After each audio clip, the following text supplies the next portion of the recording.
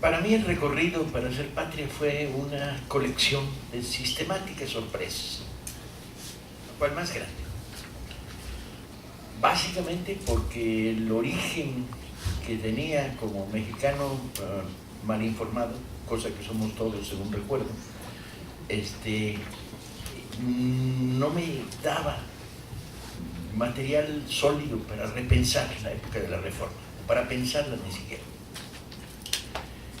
Mi aproximación a un personaje como Melchor Campo partía de que cuando me casé por primera vez me leyeron la epístola y como el matrimonio fue fracasado, pues no le tenía exceso de simpatías a don Melchor. Mi relación con Juárez era mortífera, era ese personaje que han adoptado como parte de su parafernalia las dictaduras priistas para tener su retrato en la parte de atrás del despacho del ministro, ¿no? Retrato que según pude ir aquilatando a lo paso de los años, pues iba enverdeciendo, ¿no? Rígido, tieso, sin apenas cuello, siempre uniformado de presidente, pero más bien pareciendo mayordomo del pueblo, pues, ¿no?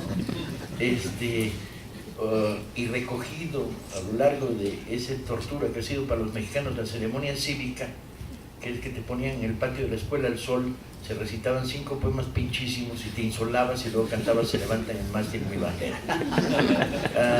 Ese Juárez absolutamente distante, frase, un hombre de frases, el respeto al derecho ajeno, el benemérito de las Américas, porque la historia de bronce era una constructora de frases sin contenido, sin profundidad, y los cuadros detrás de los ministros. Mi teoría está más verdoso que de costumbre.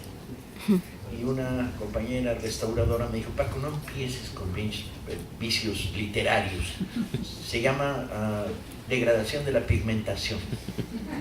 Entonces Juárez pasa del moreno oliváceo al verdoso simple, producto del paso de los años. Y yo decía, ni madres, son cuadros de los años 30 y 40, de la época donde Cárdenas volvió a sacar a Juárez de la tumba para traerlo a la vida. Y entonces están ahí, todos tienen su plaquita que dice SH3434. Cuando Fox los quiso tirar a la basura no lo pudo tirar porque estaban inventariados, lo tuvieron que acumular en un pasillo de la Secretaría de Gobernación. Y yo decía, Juárez está verdoso, chica. Y está verdoso de tanto verlos meter la mano en el cajón, pues. Imagínense la tortura para un personaje como el Juárez, que descubriría luego cuando empieza a escribir el libro, ¿no? De estar detrás de un ministro y ver las cosas que dice por teléfono. Pinche Juárez se iba agarrando un verde subido, se mete en los cajones. Entonces, pura madre que era una degradación de la pigmentación. Era reacción natural a la vergüenza en que se ha convertido el ejercicio del poder en este país. Y era sorpresa tras sorpresa, porque evidentemente en la construcción de una historia, de un periodo tan intenso, tan potente, etcétera, desde la pluriangularidad a la que te obliga una historia narrativa, porque los historiadores formales son muy pinches cómodos, adoptan la historia política, la historia económica, la historia del vestido, y no son capaces de interrelacionarlas. Por lo tanto, en la historia económica irían todos encuerados porque no hay descripciones de por qué y cómo vestían.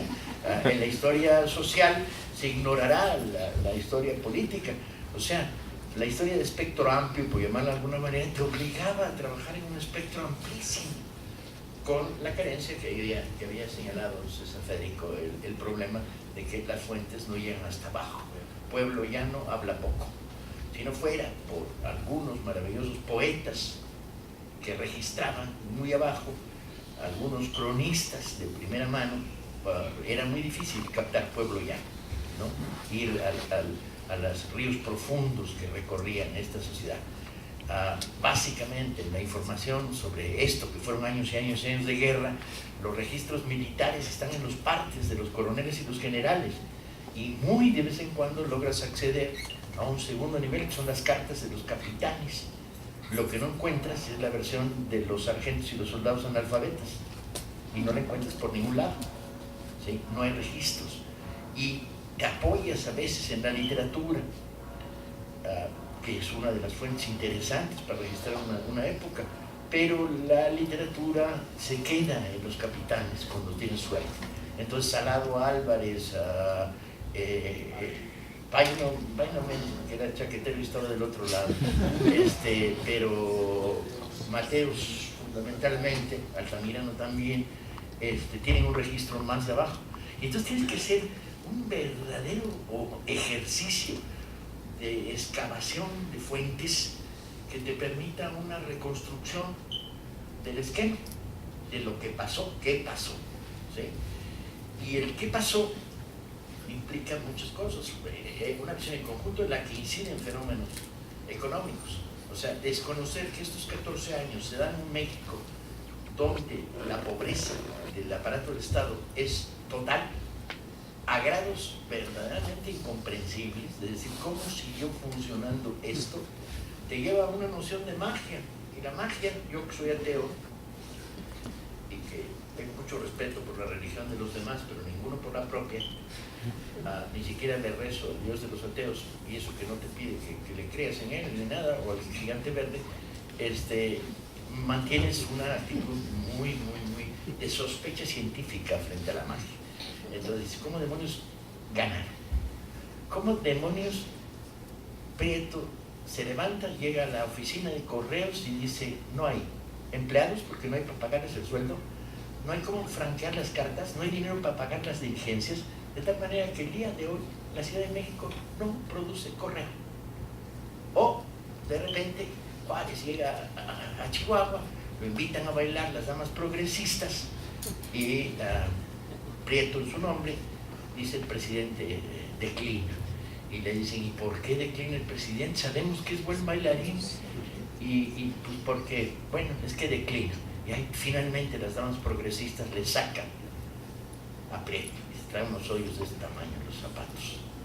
Juárez no se ha pagado su salario en 3 meses, 6 meses. Y las damas progresistas le regalan unas botas.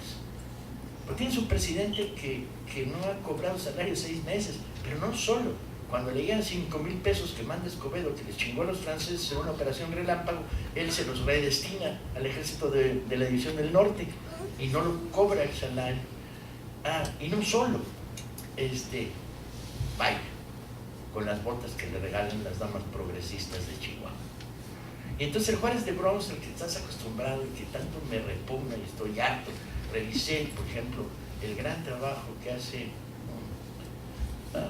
ya mi memoria no es lo que era antes, cuando yo hablaba de corrido y recordaba todo, esa época maravillosa de mi vida ha desaparecido. Bueno, hay un gran trabajo sobre Juárez iconográfico, y registra todo, estatuas, placas de calle, grabados, cómo ha sido registrado en la pintura, desde el muralismo hasta el pintor naif, y ese Juárez de bronce baila. Chinga, ¿cómo que baila? Mi Juárez heredado por la historia de bronce no baila, no baila. Con esa facha rígida, estirada, no hay ni asomo de sonrisa, ¿sí? Pues baila. Recogí 3 crónicas sobre el baile. Una de Lerdo, una en una carta de Prieto y otra en un diario regional de Chihuahua. Cuando dice, ¿y usted qué anda haciendo, Pacutero? Recogiendo 3 pinches crónicas sobre un pinche instante que me va a ocupar 4 líneas en el texto. Pero yo quería saber cómo bailan, yo y ustedes, ¿sí? Porque la pretensión de que la historia contada desde arriba tiene más certeza que la historia contada desde abajo, o más bien, combinado el arriba y abajo y los lados, es falsa. O sea, necesitamos salir de aquí sabiendo si Juárez baila o no baila, chica. Porque si no, no vamos a poder demoler el Juárez de bronce. Se nos va a imponer como una presencia. ¿Qué bailaban? Órale, 11 horas bailando. Agárrate, güey. Y te lo imaginas, el Juárez. ¿Qué bailaba? Bailaba cuadrillas. No sé si tienen una media idea. Esas que corres y levantan los brazos y pasan unos por abajo. Bien, Hollywood se ha encargado de darnos la iconografía para el baile de Juárez. Bailaban saraos, bailaba paso doble, tacho, tacho, tacho. Bailaba polcas, la polca mexicana, no la polca húngara que luego se impondría en el México de la época. ¿Sí? Y bailaba habaneras, a huevo que bailaba habaneras, chica. Porque en aquella época la habanera, la paloma, Y ahí cuento la historia de quién compuso y por qué compuso. Chinga, perdí otra vez otros 10 años de mi vida buscando al que había compuesto. La vuelven himno de guerra clandestino los juaristas. Ya tú vendan a llega la paloma es Don Benito. Y es la canción subterránea de la chinaca, ¿no? Y 11 horas. Y entonces era sorpresa absoluta. Pero la sorpresa venía una y otra vez. Reviso los grabados de Constantino Escalante sobre Puebla, la primera batalla de Puebla y la persecución que hace Zaragoza del ejército derrotado francés hasta Cerro del Borrego. Y entonces me da curiosidad el famoso Constantino Escalante, en la orquesta, dibujante, y ahí me tienes semanas revisando archivos, viendo los dibujos de la época, que por cierto maltrataban a Juárez de manera cruel, porque la libertad de prensa sí existía, ¿no? Y te da una valoración del momento en el que le puedes apalear a tu presidente y nadie llora. No, más bien, alguien llora que era Juárez con el apaleo, pero bueno. Y Escalante. Y entre los materiales de Escalante hay uno que me llama mucho la atención. Escalante nunca estuvo en Puebla.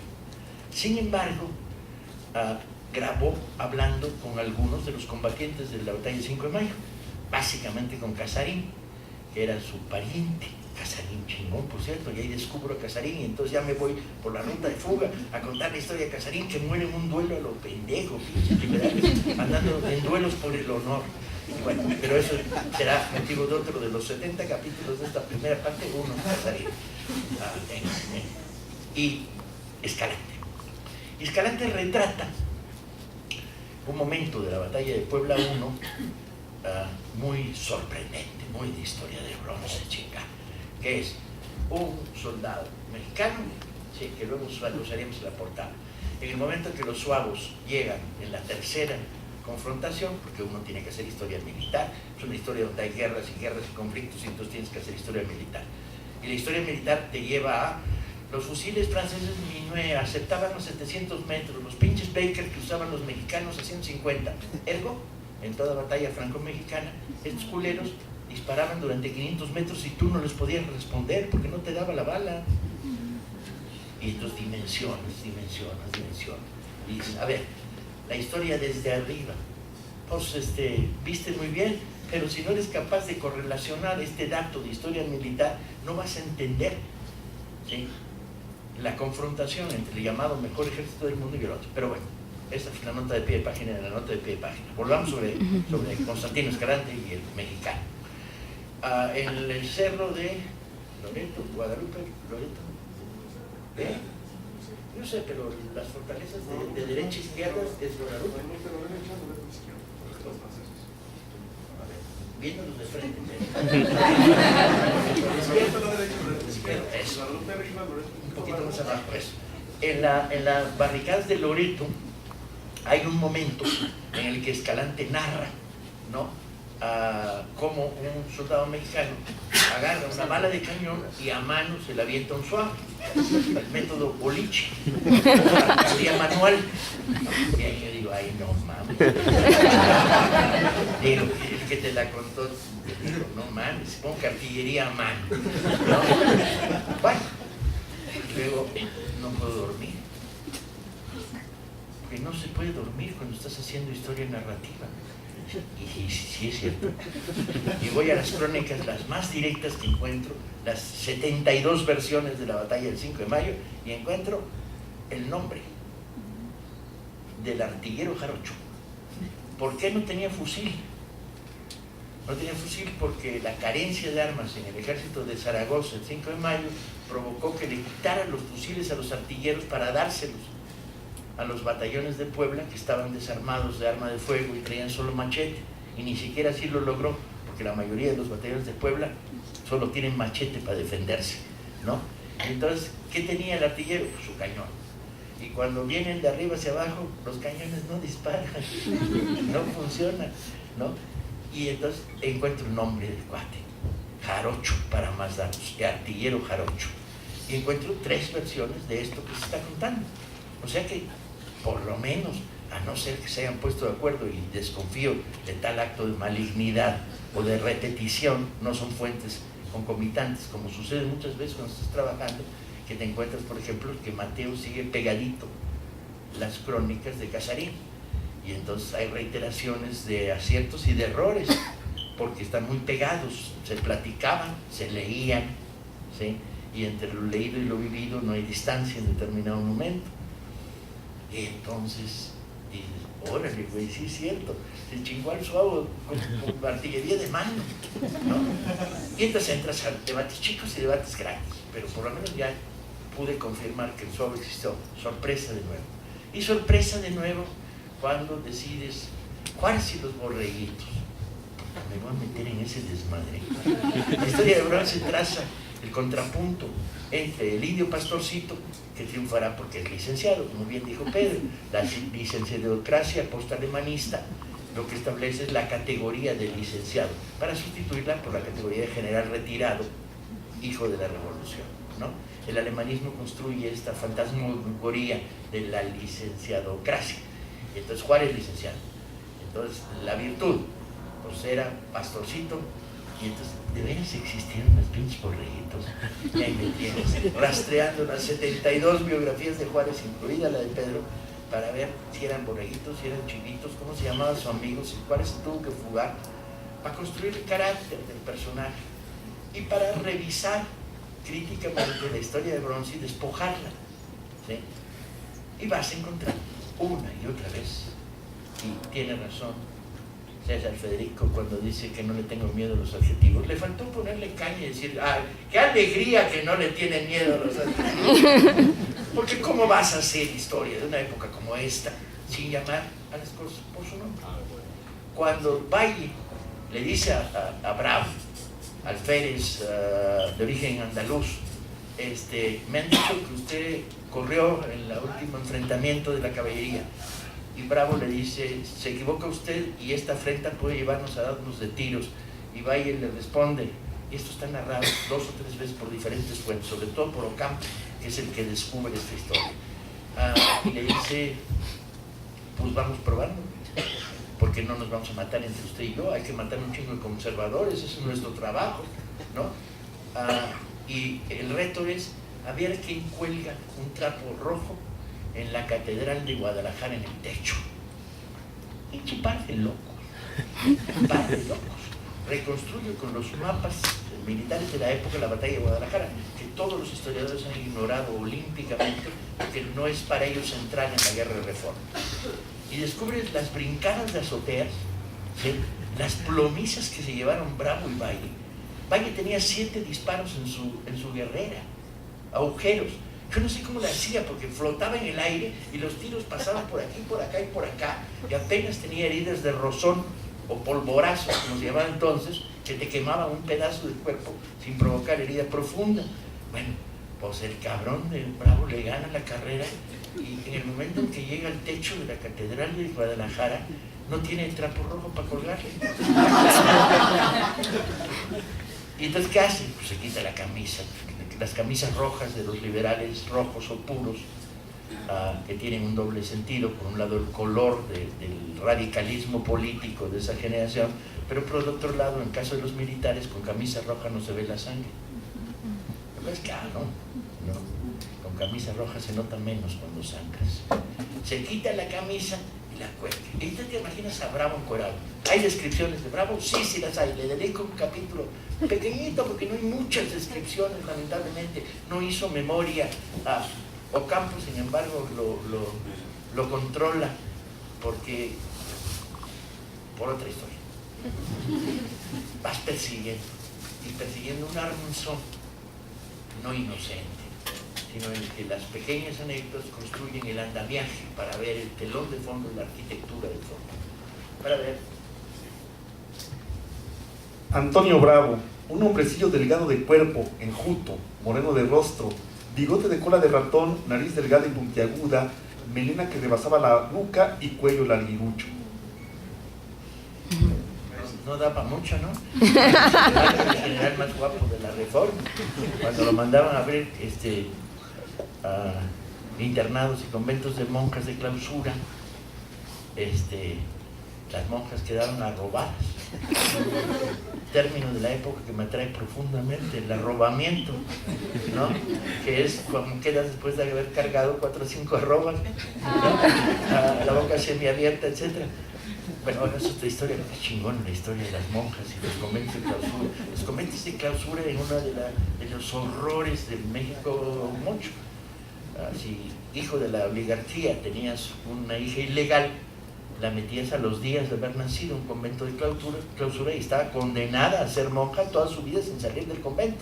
Entonces Juárez declara es ilegal y abren los conventos de clausura. Si quieren ser monjas, pueden ser monjas, pero no en clausura y no obligatoria y no desde la infancia.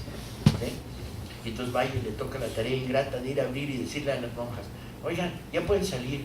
Y las monjas dicen, ¿a dónde? ¿Qué hay allá? Después de la panadería que se ve por la rendija, ¿qué hay allá?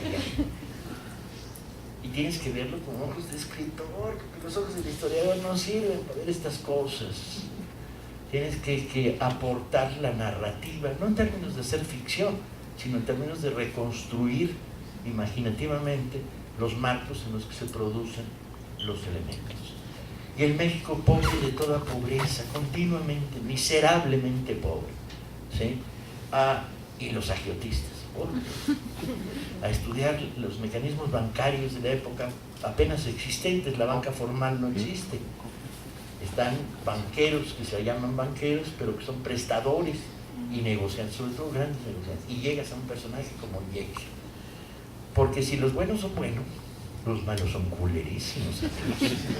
Si algo tiene esta historia, es que el corte en términos de traición a la patria, que no es una invención mía, no es que yo diga, esos güeyes son traidores a la patria, no, es en términos de una invasión extranjera, te pones del lado de los invasores, pues no sé cómo lo quieras llamar, a lo mejor Krause encuentra métodos más elegantes para hablar de traición a la patria, ¿no? O todos los maximilianistas que hoy pululan como pinches gusanos por el mundo de la creación histórica, pues encontrarán elementos para llamar de otra manera. Yo soy robesperiano y sanjustiano, y a mí me gusta el doctor Guillotán, que inventó la pinche guillotina para guardar los cráneos de los reyes. Y a la hora de cerrar las campanas, mi tristeza es que no se chingaron a Leonardo Márquez, que era la cuarto, que debió haber sido fusilado y se escapó chingado. Pero fuera de eso, sigo diciendo, aún hay tierra en el centro del Cerro de las Campanas. Un chingo de tierra todavía para fusilar otro montón de traidores que han acumulado en los últimos años. Y entonces, los malos son culerísimos.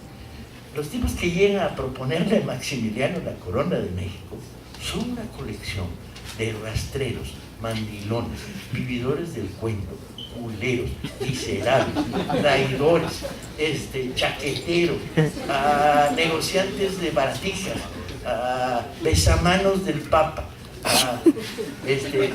pero una colección, y bueno, tengo que hacer una biografía colectiva de todo este grupo. ¿Cómo te los vas a perder? ¿Cómo demonios no construyes la imagen del México que va a rendirle a un príncipe extranjero y le ofrece un trono?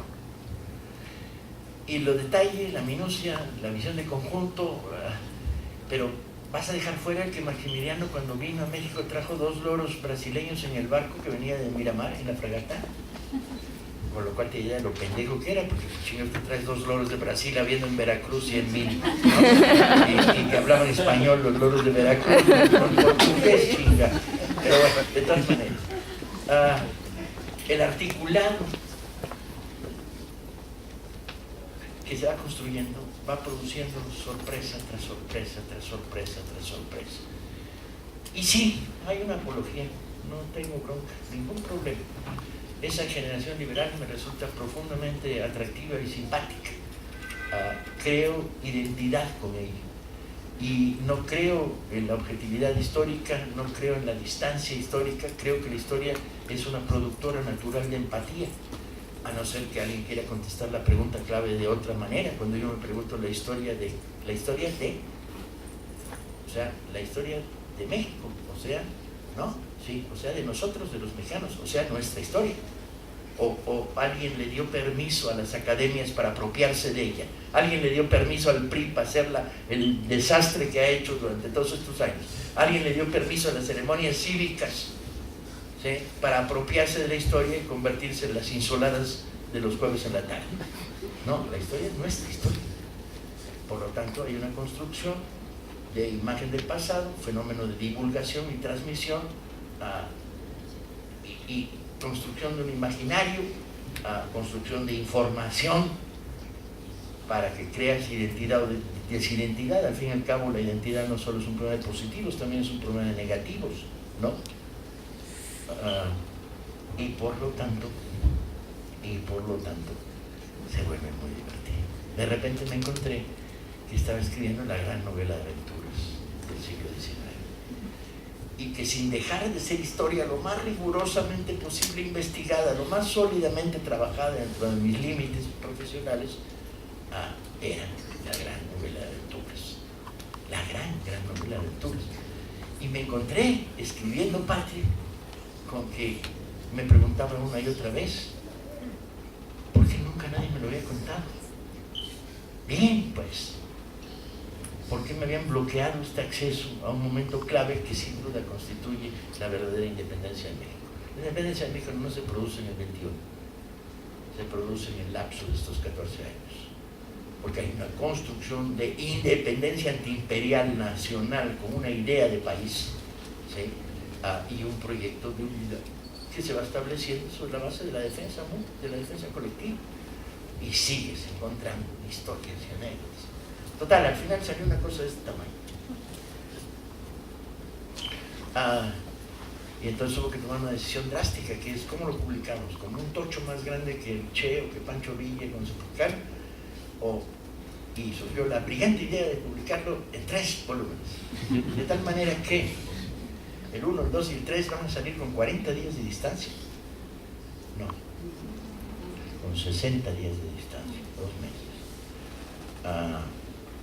Ya nomás quedan 43 días para que lean el 1, porque sale el 2, y dentro de 60 días más sale el 3. O sea, en septiembre, principios, estará saliendo el 3. Es el mismo libro, no tiene cortes, no tiene divisiones, es la misma continuidad del libro. Pero pensábamos que cortándolo en 3 permitía al lector adolescente primero no asustarse del tamaño del tocho, porque el lector adolescente, a pesar de que luego lean Harry Potter y lean Juego de Tronos, se pelean contra ven un libro de historia de pinche pedo, como Juego de Tronos, claro, y al mismo tiempo para permitir que fuera más fácil que le tumbaran 250 pesos a sus jefes con el argumento de ya leí el 1, el 2, ¿cómo voy a dejar incompleto si los franceses todavía no se los chingan en Puebla?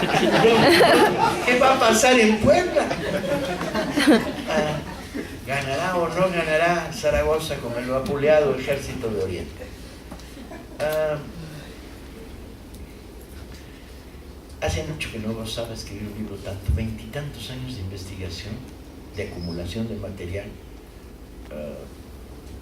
prácticamente 1 año y medio de montaje y 1 año de redacción. Yo escribo muy rápido, trabajo muy rápido, trabajo muchas horas, muchos días seguidos, semanas de 7 días, meses de 30 días, y hacía mucho que no gozaba tanto, por las cosas que iban apareciendo, por el juego sutil del enramado para producir la continuidad del hilo narrativo en la búsqueda de esto. Probablemente sea el mejor libro de historia que he escrito hasta ahora desde mi punto de vista, porque lo que había aprendido escribiendo el Che, Pancho Villa, Tony Guiteras, General Orejón, aparece aquí.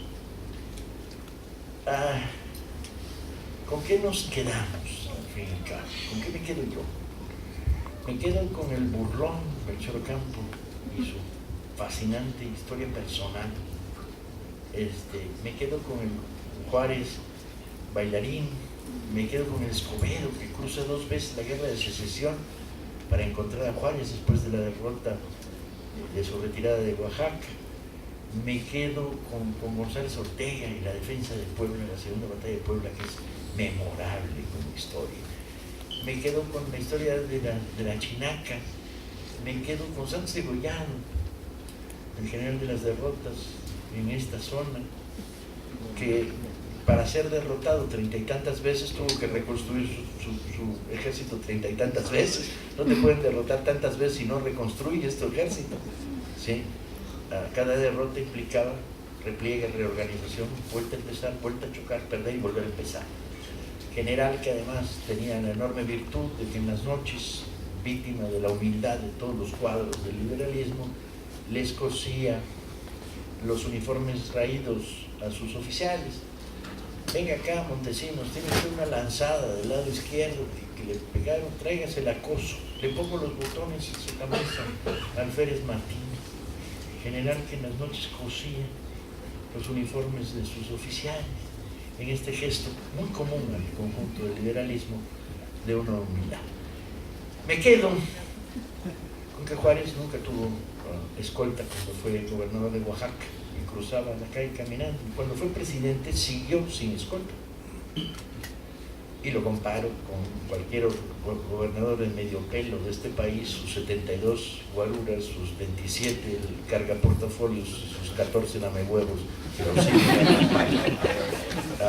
Me quedo con Guillermo Prieto muerto, después de haber sido 2 veces en su vida ministro de Hacienda y no teniendo botones en gabán que usaba con el que lo enterraron. Me quedo con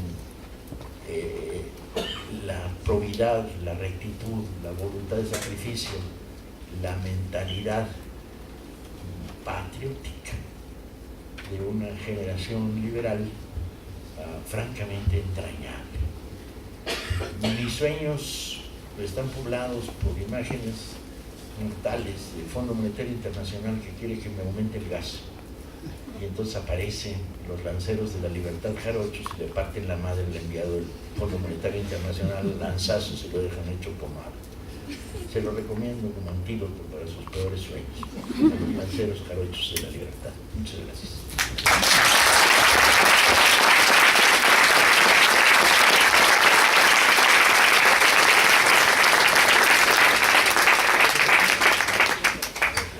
Jorge Ibargüengoitia, que como todos ustedes saben nació como a 6 cuadras de aquí, decía que su maestro de secundaria de historia era un pinche genio.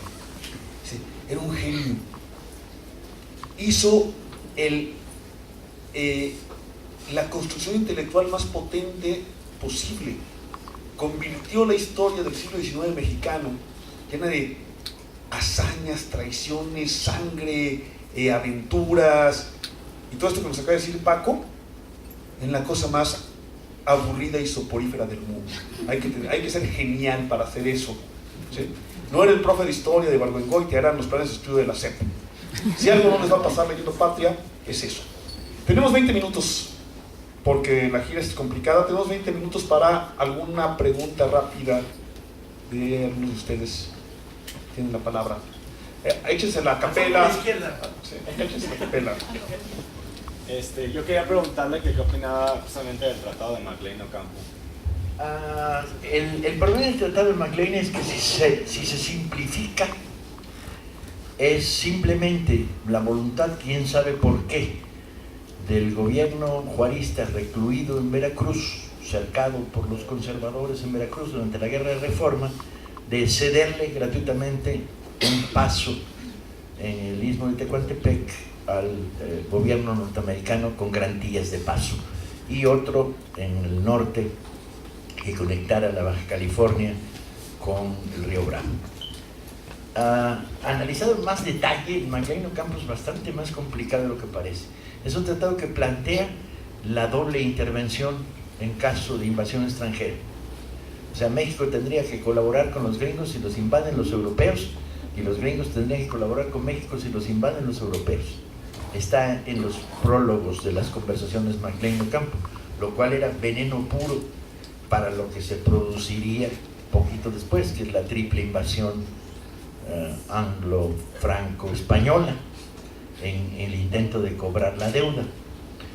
El tercer elemento es que Ocampo sabía que el MacLean Ocampo no podía ser aprobado, porque no podía llevarse al Congreso mexicano. el Congreso mexicano no podía ser convocado en la situación de guerra en la que se estaba. De hecho, la última convocatoria había sido 2 años y medio antes en Querétaro y ya estaba totalmente disperso, disgregado el Congreso. Entonces nadie podía aprobar el McLean Ocampo. Y del lado gringo, el protocolo del McLean Ocampo llegó al Senado norteamericano, que lo rechazó, porque la idea de verse embarcados en una guerra de resistencia protegiendo a México no le hacía ninguna pinche gracia a los norteamericanos. Prólogo al McLean Ocampo estaba el rechazo por parte de Juárez de cesión territorial. Originalmente McLean venía con la intención de que le vendieran Baja California, ¿sí? Y Juárez se había negado radicalmente a ningún tipo de cesión territorial. Lo más que llegaba a aceptar era que se discutieran estos derechos de paso de un canal transoceánico. La situación final fue que el McLean Ocampo nunca se aprobó por ninguna de las dos partes, y que lo que sucedió es que cuando Miramón, en el segundo ataque a Veracruz, se apoya en 2 barcos de la escuadra española falsamente abanderados como mexicanos, pero con armas y marinería española, filipina, había de todo, tagalos, etc. Relaciones Exteriores mexicana desde el puerto de Veracruz pide la intervención de un barco de guerra norteamericano, que es el famoso incidente de Antón Lizardo. Es otra historia, ahí doy detallada historia de las 2 historias. Pero el McLean Ocampo no estaba operando, no es en virtud del McLean Ocampo que se produce el incidente de Antón Lizardo. Tratado por el conservadurismo, el McLean Ocampo es la traición de Juárez. Juárez traicionó a México, vendió, no vendió nada, promovió la venta, bueno, promovió eso que hay ahí, que estamos contando, en situación desesperada para la República, porque el problema es que el conservadurismo